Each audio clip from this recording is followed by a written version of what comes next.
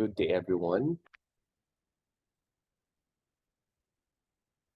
So I would like first to say thank you to the University of Baguio, School of Criminal Justice and Public Safety for inviting me for this engagement today about getting through civil service examination analytical ability. I'm Virgo Lopez from Pan Pacific University, and I'm happy to be invited to share with you certain practices, certain competencies, and of course, strategies on how to ace the civil service exam. So magandang araw po sa inyong lahat. So I would like first to begin with a disclaimer that I declare that I do not have any conflict of interest in this undertaking. All comments throughout the presentation are my opinion and are based on my knowledge and experience, and there will be no intention to hurt, blame, or downgrade anyone in this Zoom meeting. There would be no proprietary benefits from the presentation. This is purely for sharing and learning purposes. At the end of the day, learning is sharing and sharing is learning. All images that are used in this presentation were from free downloads from Google or Canva, and no copyright infringement is intended. So our target for the rest of the presentation are the following. Number one, to determine your level of readiness for analytical ability through a quick diagnostic tests or questions that I'll be asking you in a while. Number two is to understand essential concepts and competencies for analytical ability, because this is the assigned competency for me to share with you. And finally, how to apply test-taking strategies in the civil service examination so that it's easier for you to accomplish the exam and, of course, to get the required number of points to pass. So furthermore, I would like to share with you facts and figures about the reality of the civil service examination. Maganda kasi na malaman natin ano ba yung katotohanan tungkol dito para yung mga alam natin na pwede ba talagang pumasa after 10 takes, ganyan, na parang swertihan lang ba ang exam, na kailangan gawin ito, gawin yan. So for us to all be guided, please be informed about the following. The first one is that shown on the screen that there were only 29,733 passers out of 276,819 during the August 2019 civil service exam. And that only constitutes 10.74% of the entire takers. Yun lamang po ang passing rate ng panahon na yan. So ang ibig sabihin po nito, it implies that the civil service exam is one of the difficult exams to pass. I have to agree. I have taken 3 exams. One of them is civil service. And really the most difficult I have taken so far is actually the civil service. Why? Dahil ang mga konsepto po, yung mga natatanong ay mga konseptong naituro way before. Let's say when you were in high school, when you were in college. So mainam ang pagkakataon na ito that as early as now before graduating, you are already about to take the exam upang nang sa ganun fresh pa yung mga impormasyon na natututunan nyo, unlike when you're already in the public service, na ganito na yung taon mo. Of course, not to discriminate, but what I'm saying is that early preparation is actually important. Now, speaking of preparation, yung mga nagtitake ng exam kasi parang take ng take, you know? And when they fail, they take again without any learning from the previous time that they took the exam. So, ang sinasabi ko po dito, intensive preparation is a must. Dahil siyempre, kalakip ng pagiging mahirap ng exam ay paghandaan ito para pumasa on the first take. All right? Or not to take several times before you pass it. At ang panghuli, speaking of taking the exam, there are strategies, test-taking strategies that are worthy to be done upang nang sa ganun, ma-manage yung time. Because time management is crucial in the exam. And in time management, you have to manage yourself. Ilan bang minuto ang kailangan gugulin kada item? Definitely, they say 2 minutes at most. But I say, answer as efficient as you can, because there are other items that are crucial, are that more difficult, that need most of your time. All right? So, palagi kong sinasabi, mas maganda na matapos yung exam on time rather than focusing so much in few items tapos hindi mo naman siya matatapos. Kasi once you finish the exam, the intended items, mas malaki yung chance ng pagpasa as compared to hinulaan mo yung the rest of the items. Okay? So in order to do that, ay may mga strategy na kailangan gawin para mas mapabilis, para mas epektibo ang pagsagot. At yan ay ibibigay ko sa mga susunod na minuto. So let's now begin our journey with this talk through a diagnostic test. Mainam na malaman natin na kung exam ay ngayon, how would you perform? And how many points would you get? So please grab a paper or any sheet of paper from your end right now, or pwede kayo sa inyong Word file or anywhere you would like to write your responses. Please write the number item and then the letter of your choice. Okay? So feel free to commit mistake kasi nga there are no mistakes, just lessons. Sa pamamagitan ng diagnostic test, malalaman natin what is currently your knowledge level or your readiness about the exam. Let's begin with the first one.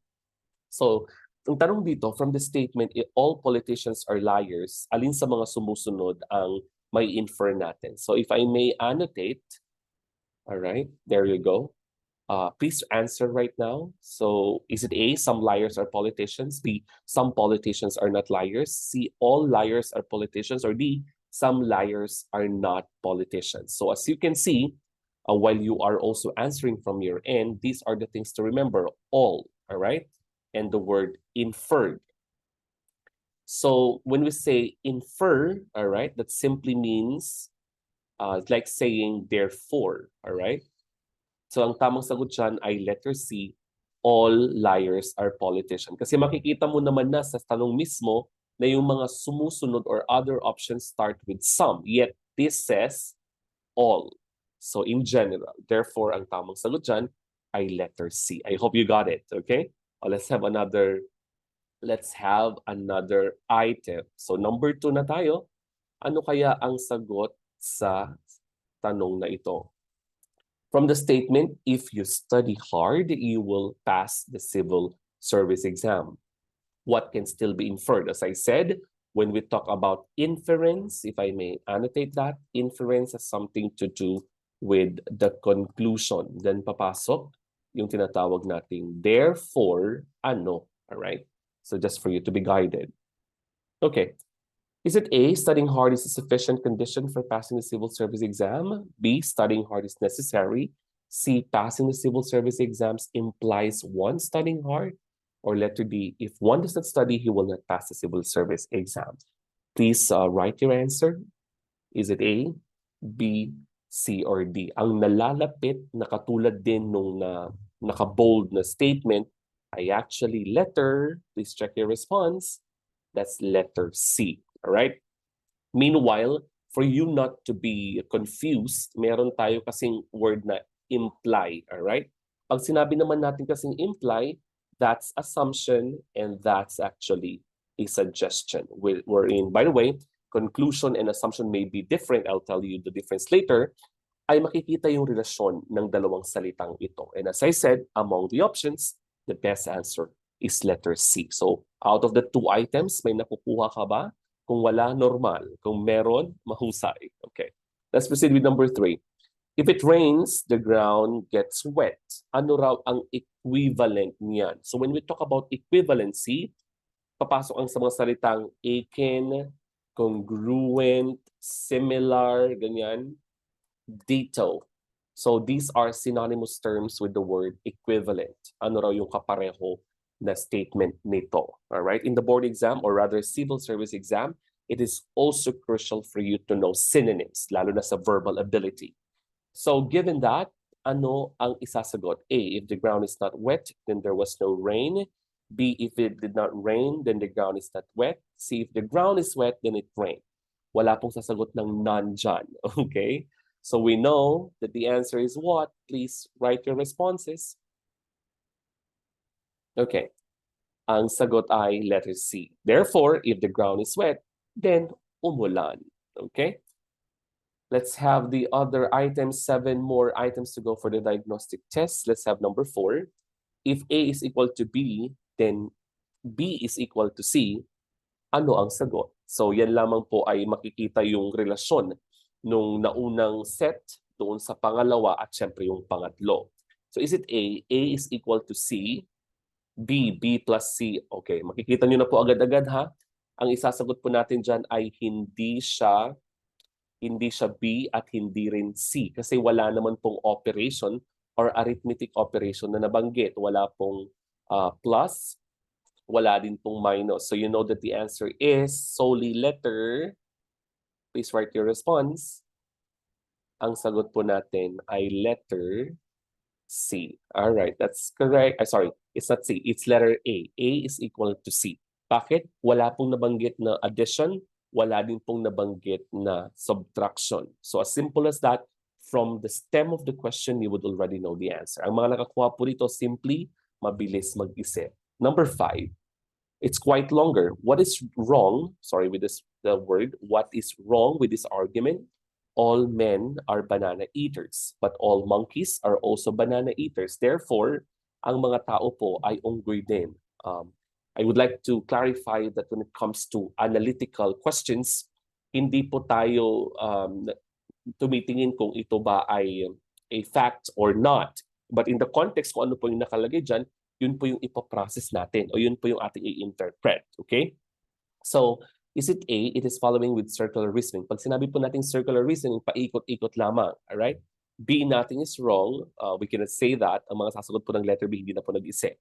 Letter C, no class of men and monkeys follows under same category. That's actually rationalizing further. Or letter D, banana eaters is understood with two different things.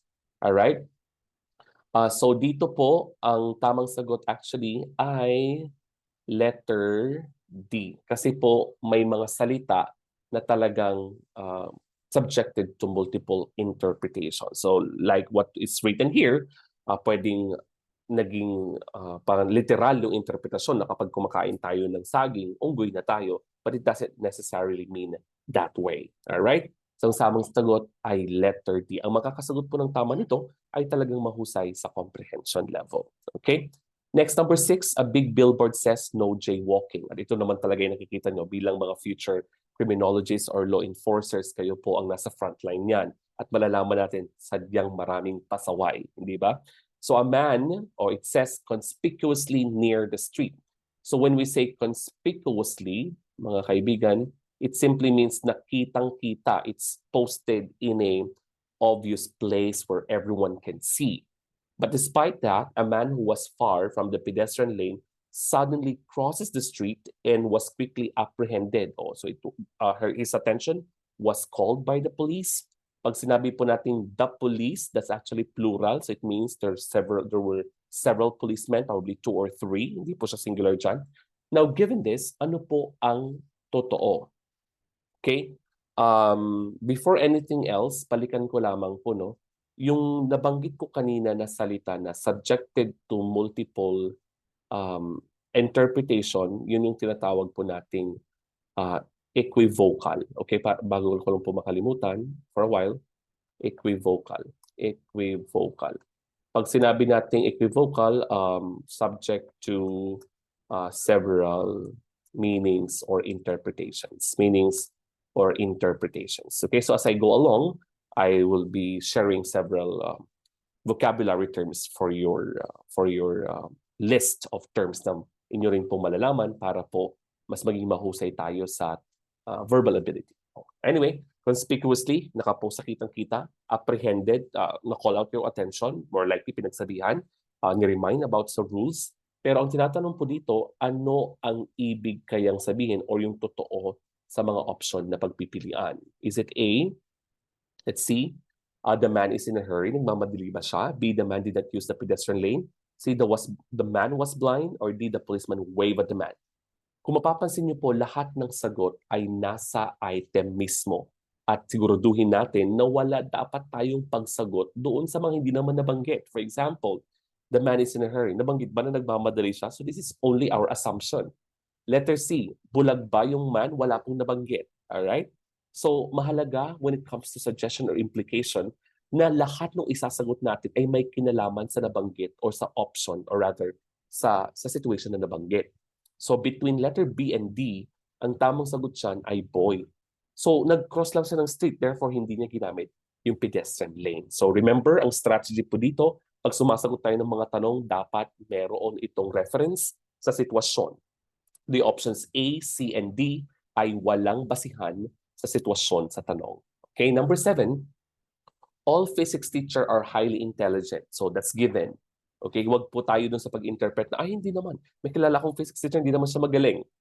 So this is qualified to be true in this statement, regardless kung may kakilala kang physics teacher na hindi. All right?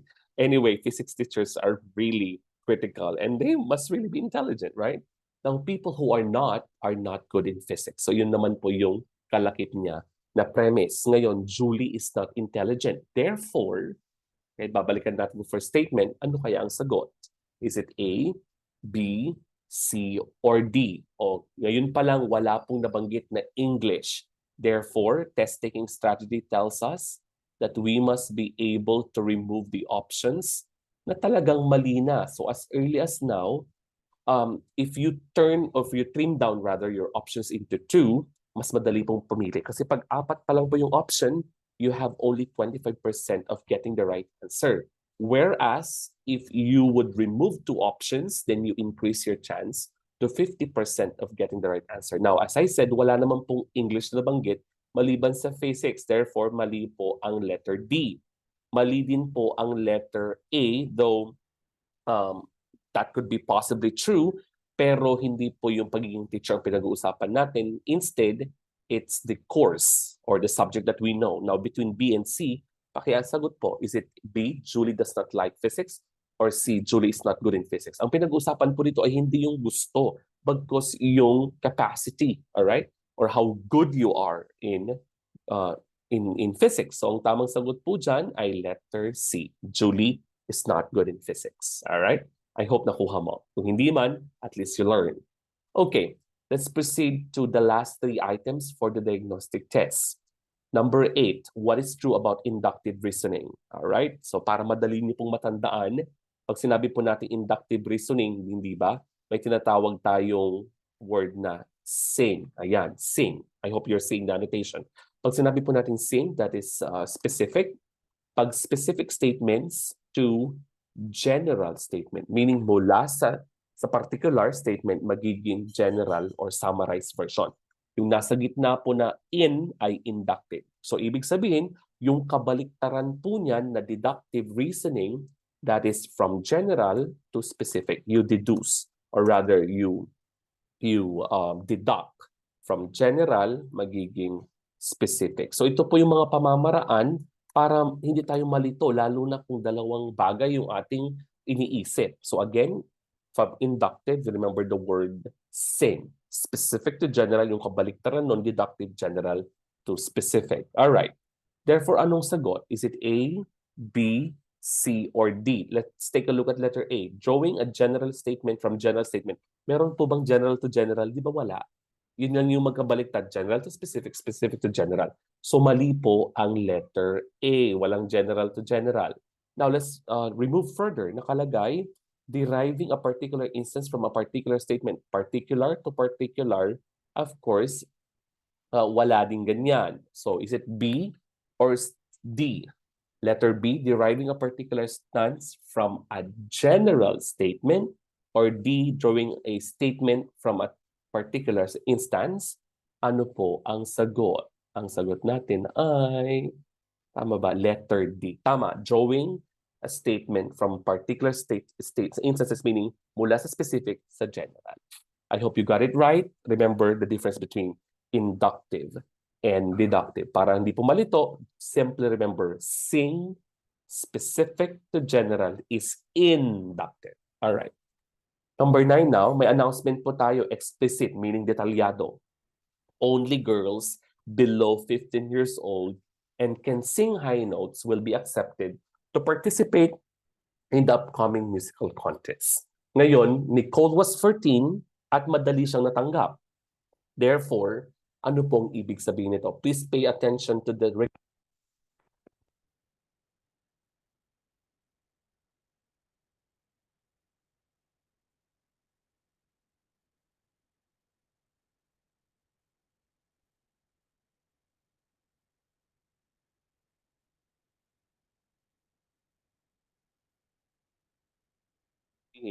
typo lamang po ang pangalan ni Lisa, pero si Nicole talaga yan. Okay?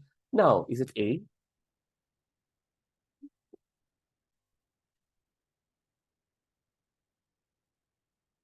is a former choir member. Ang sabi ko po ulit, huwag magdagdag ng kwento. Wala naman po nabanggit na siya ay former choir. So remove that option.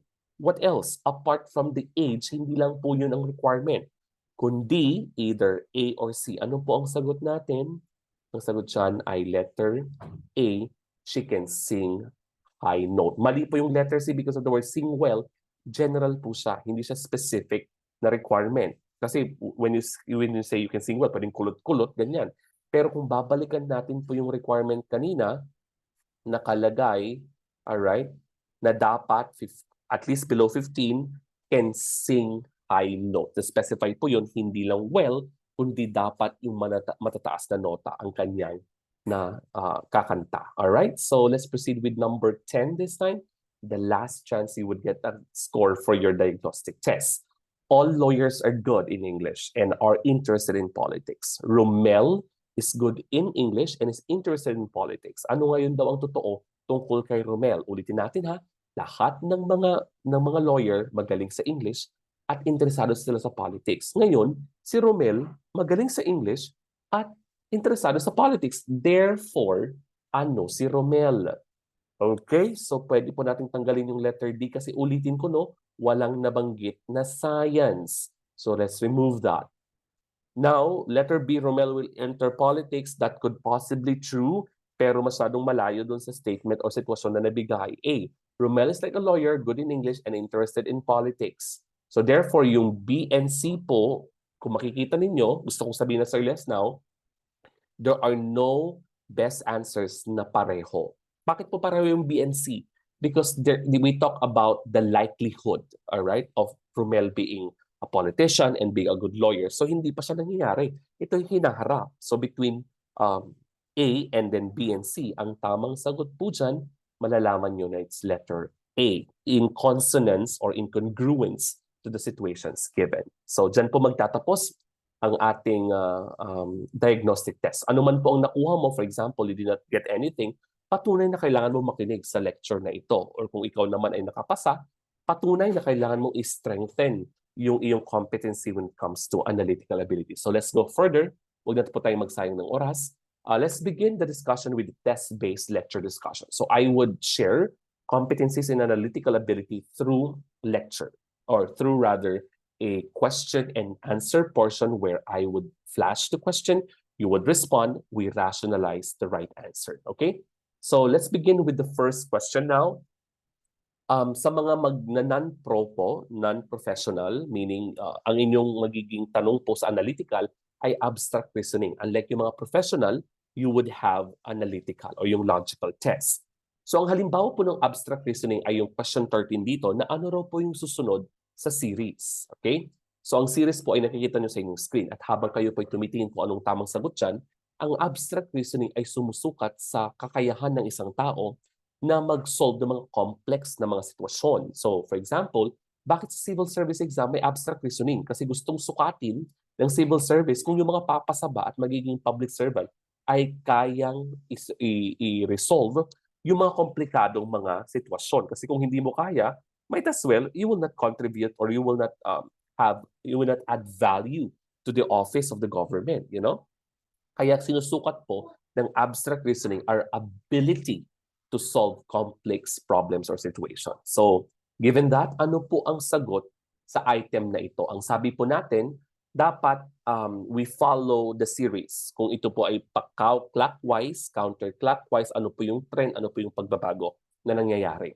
So quickly, I know some of you have already an answer, but for those who do not have yet, magsisimula tayo dito sa baba. Kailangan daw nating tignan sa abstract reasoning kung ano yung trend, ano yung posibleng nangyayari doon sa series. So from the word series, dapat may nauna, may sumunod, at may magtatapos. So if we would see, this is, sorry, that's not the one. Let's erase that. Okay, ito yon. So let's skip the first one. Let's begin with the second, 1. And when we go up, this is 2. When we go down, this is 3. When we go up again, this is 4. When we go down, this is 5. Therefore, naturally, ang papataas na ito, ano ang magiging sagot? So this is 1, 2. Okay, let's try to. Yeah, this is 1, 2, 3, 4, 5. Therefore, ito ay magiging Please lock in your answer. Sagot kayo sa chat box or please comment. Excuse me. Ang tamang sagot dyan, okay, by the way, you can type in the chat box via Zoom and or write your responses on any scratch of paper so that you could check in a while. Ang sagot po dito ay letter, alright? Letter A because yun na po yung 6, alright? So, yun yung gusto kong sabihin sa abstract reasoning sa mga magtitake po ng, yung mga magtitake ng sub-professional, alright, non-pro, yan po ang mga sample na tanong sa analytical ability. So para i-summarize po, no, kasi I'm sure karamihan naman sa inyo dito, professional. Kung hindi man, generally for abstract reasoning, you pay attention. Kailangan po ng focus dyan. At sa buong analytical, kailangan nyo ng atensyon. Hindi nyo po masasagot yan na kayo ay distracted na. More so kung kayo ay pagod na. So if I will be asked, ano po yung mga uunahin na tanong sa exam, sa civil service, so it varies. Usually, yung mga madadali, unahin mo na yung general information na 10 item para hindi mo makalimutan yung mga batas-batas, yung mga branches of the government, mga latest news, mga ganyan. So you go for that.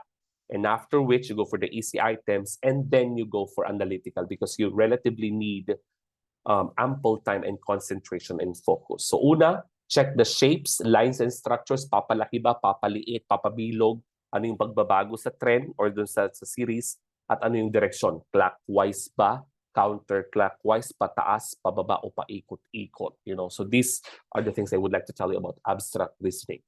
Now, if we go to another analogy naman, maraming item yan sa exam wherein ito ay related sa verbal kasi if you're not good at verbal, more likely in analytical, you would find it difficult as well.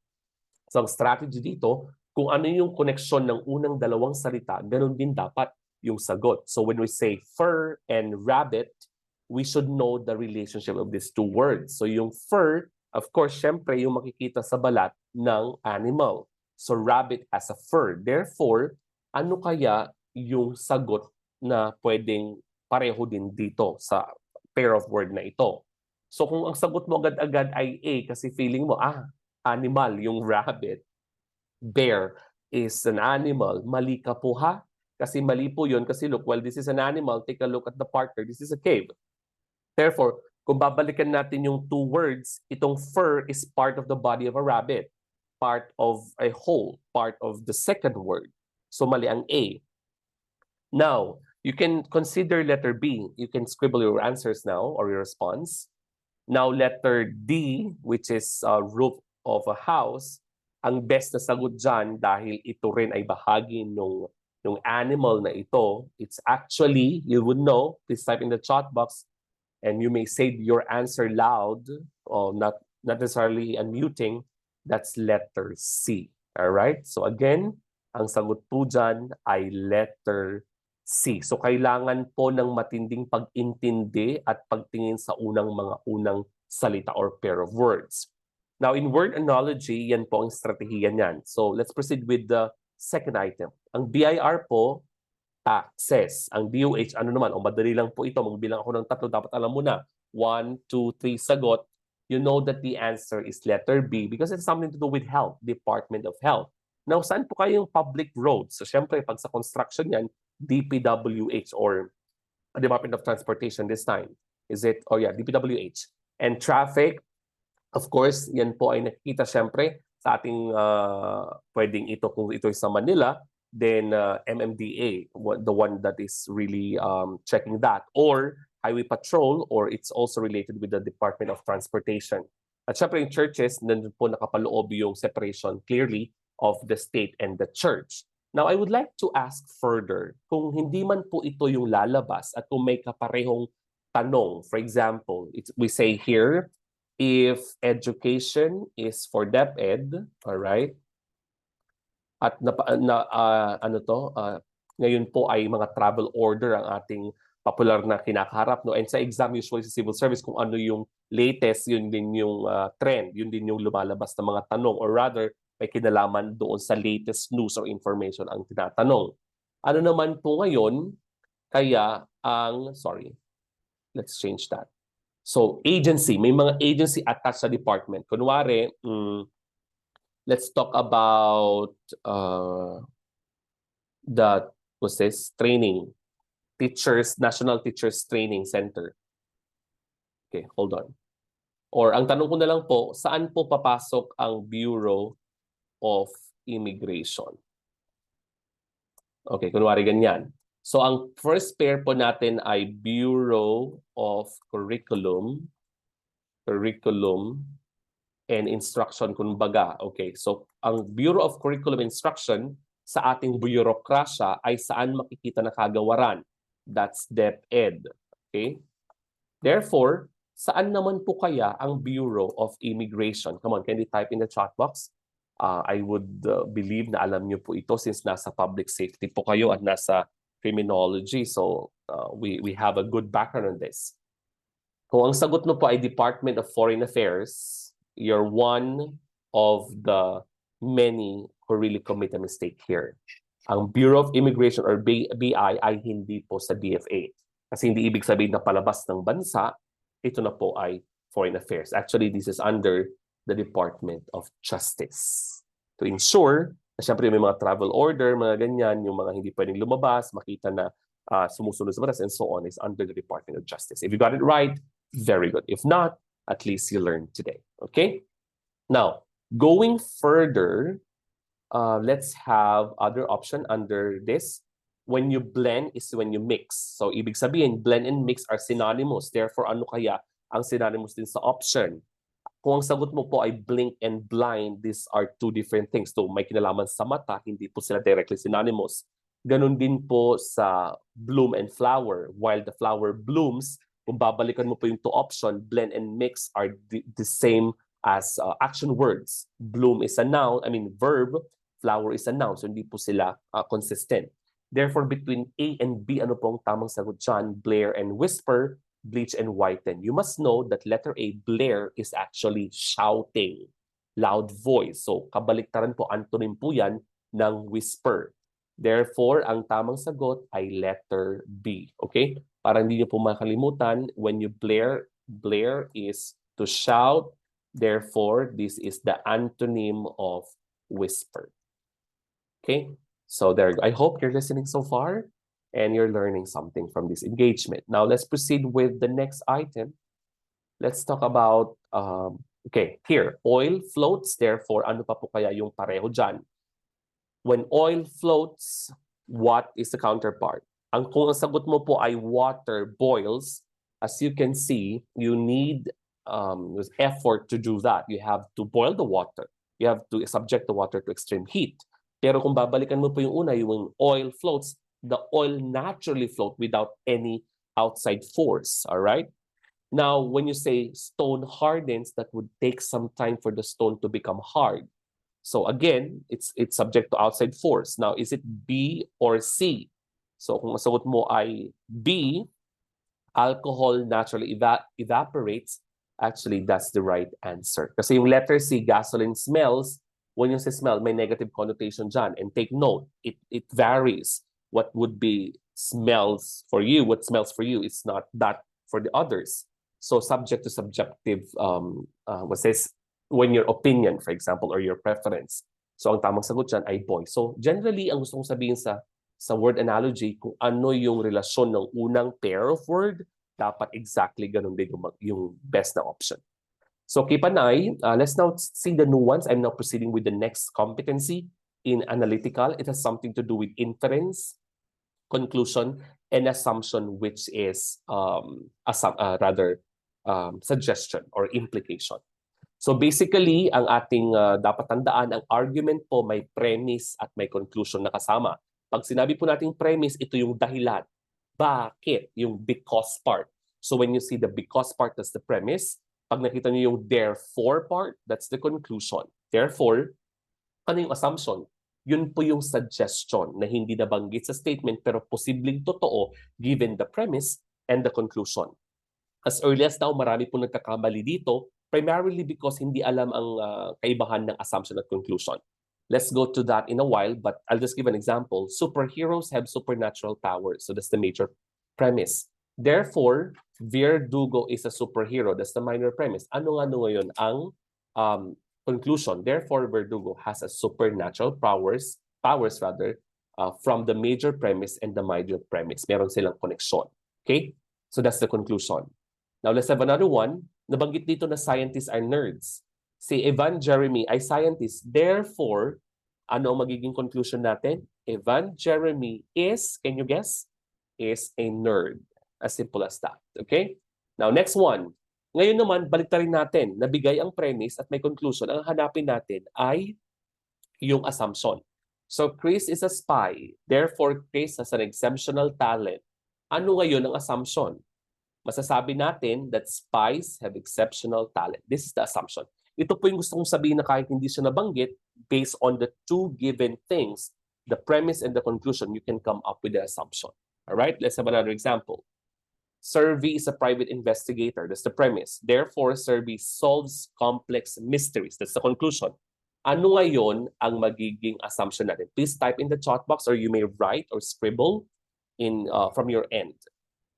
Masasabi natin na ang private investigator ay nagsosolve ng complex mystery. That's the assumption. Alright, nakuha ba natin? So, nabanggit ko na ito kanina, deductive from general to specific, inductive, specific to general. Oh, anyway, let's go further, no? Masasabi lang natin pag sinabing deductive, valid or invalid yan, malalaman natin kung totoo o hindi yung conclusion based on the premise. So, kapag ang conclusion ay supported by the premise, it means it's definitely true. Okay, for example, all zombies crave for human flesh. Si Leia ay zombie. Therefore, we can say that Leia craves for flesh. Now, some of you may get this correctly through visual. Okay, let's annotate further. So, katulad po nito, mag-drawing po tayo ng malaking bilog.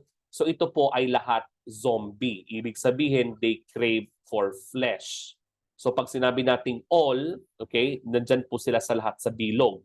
Okay? Eh ngayon, si Leia ay zombie. So nasa loob siya ng zombie population. Therefore, nag-crave din siya sa flesh. Whereas, no, ganito, ito, zombie sila lahat. Tas ito, non-zombie. For example, si Leia ay nasa loob ng zombie. Therefore, nag-crave siya ng flesh. Alright? Or anything that is outside the circle. For example, Virgo is not a zombie. Therefore, I do not crave for human flesh. Therefore, I am a non-zombie. Intindihan? So you may do that. You may scribble. You may illustrate so that it's easier for you to understand the premise or the conclusion. Okay? So let's go further. Ngayon naman, let's see the other option. Inductive argument naman, hindi natin masasabi kung valid or invalid. Instead, what we can do ay ang inductive ay hindi siya yung general. It's more specific. For example, most zombie crave for human flesh. Leia is a zombie. Therefore, Leia probably, the word probably means plausibly. Hindi natin masisiguro 100%. So that's inductive reasoning. Whereas the deductive, pwede natin masabi na valid or not. Okay? So when it comes to, let's just skip this. That's easy. We already, okay. Ang general tip natin dito ay ganito. Pay attention to the conclusion and assumption dahil doon magagaling inyong mga sagot. Identify first pag may therefore conclusion agad.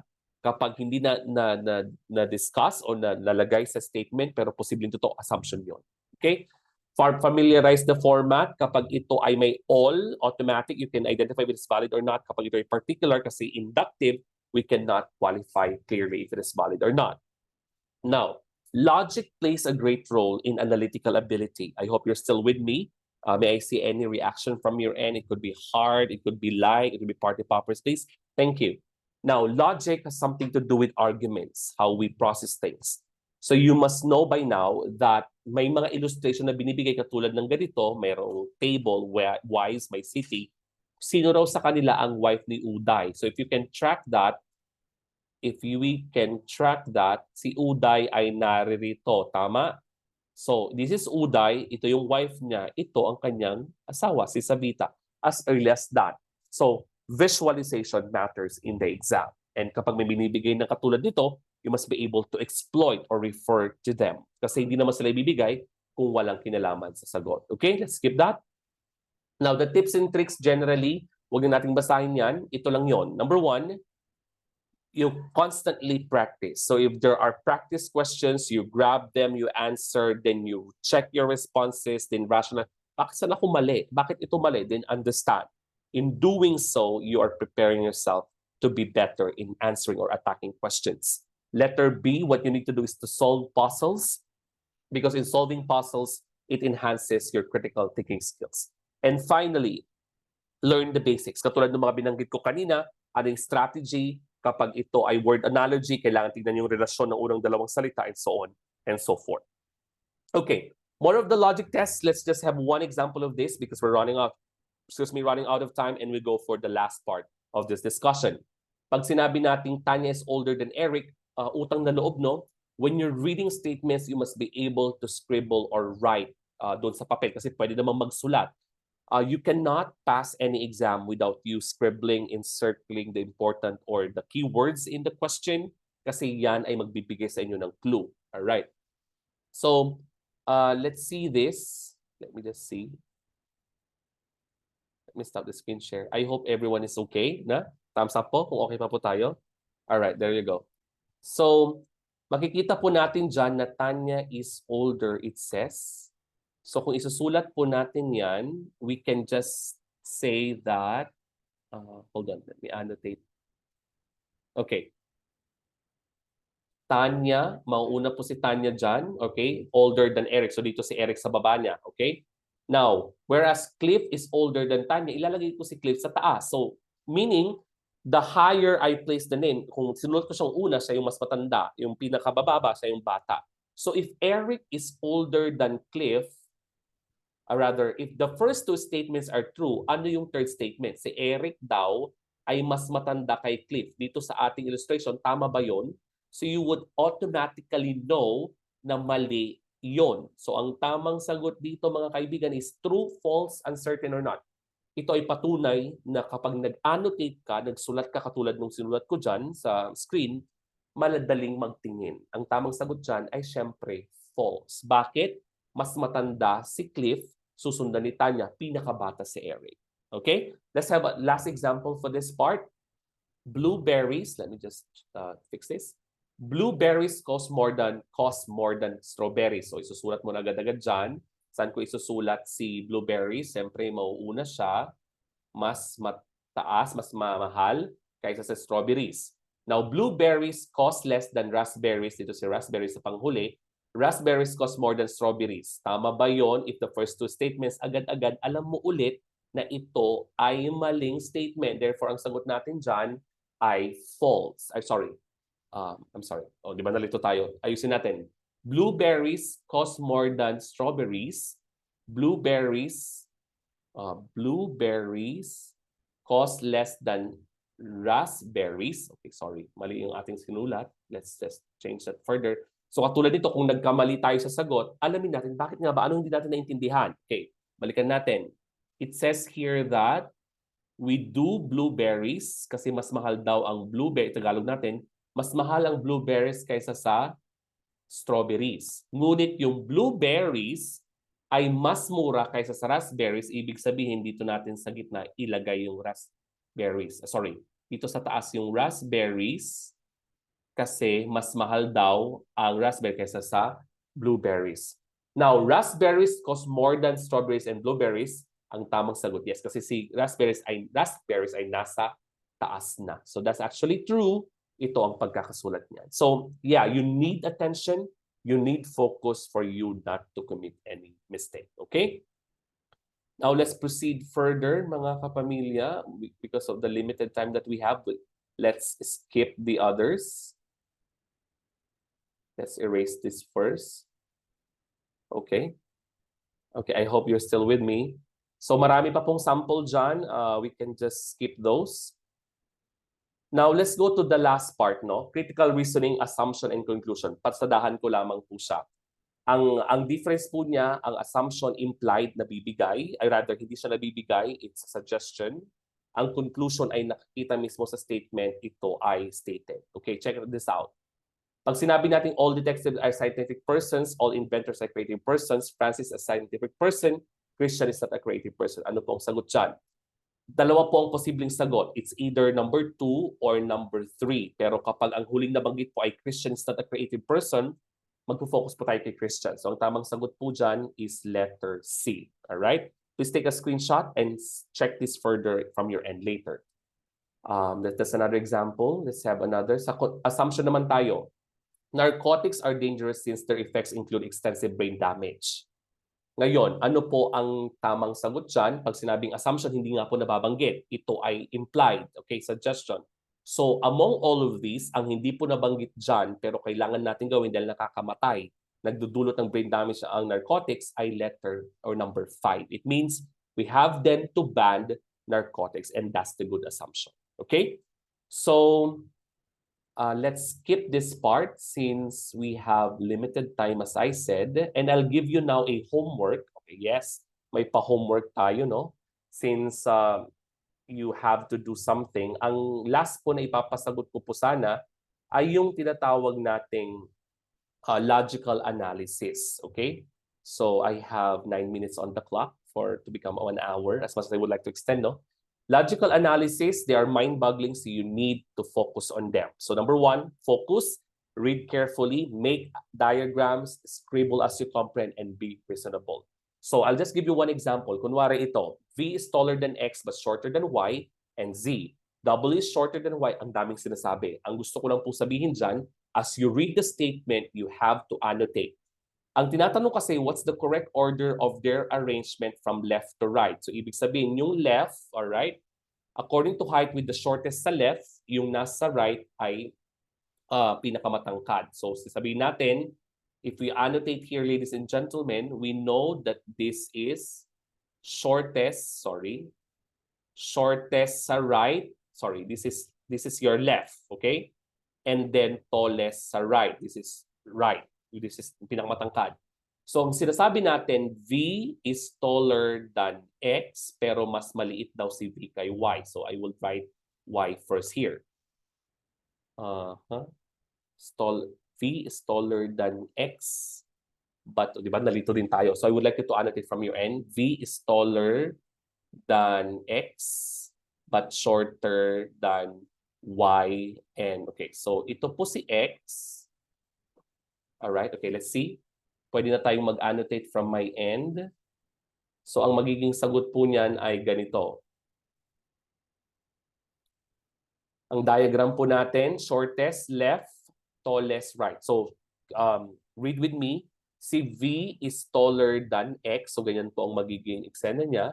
But shorter than Y and Z. W is shorter than Y, but taller than Z. So, that is X, V, Z, W, Y. Ang magiging sagot po natin ay number 4. I would like you to take a screenshot of this so that you can learn further from your end. Okay? Since we don't have time. Sige. So, ang tamang sagot po ay number 4. Here is another. Please take a screenshot and I would like you to answer it from your end at home. Okay? Sige. Let's screenshot na po ba? Alright. Sige po. I'll give you the answer through our coordinator later. Okay? At isa pa po na gusto kong ipasagot sa inyo ay ito. Please take a screenshot as well and I would like you to answer it from your end. Please take a screenshot. Ito po yun. About names. Okay? Alright. So I'm down to my last slide. Okay. Ang gusto ko na lang pong sabihin ngayon ay ito. I'm down to my last slides for this afternoon. Ang tatandaan po natin, may first 20 items po kasi sa exam. Read instructions, and then read carefully, answer truthfully and accurately. May mga sample matanong yung sex, status, and so on, ganyan. Para po makatipid tayo sa oras, you should be able to know by heart already your background information para yung first 20 descriptive questions ay masagot nyo na po agad-agad. Alright? Now, there's a sample question further at ito ang parting ways ko po sa inyo, no? May tanong, what is your reason for taking the civil service exam? If your reason would be for regularization, sa mga magtatrabaho, no, para madaling makapasok, for promotion or for salary increase, I hope you can reconsider that later. At sana po ang dahilan po natin sa pag-take ng board exam or ng civil service exam ay yung others. Passion and purpose make the difference. Kapag gusto niyo pong pumasa dahil mas additional po itong skill sa inyo para makatulong sa pamahalaan and so on in the long term, then that would be a worthy reason to take the civil service exam. So I'm one with you here. For communication and collaboration, please contact me through this information or contact details. And as much as I would like to extend further, this is the end of our quick analytical ability lecture series or sharing.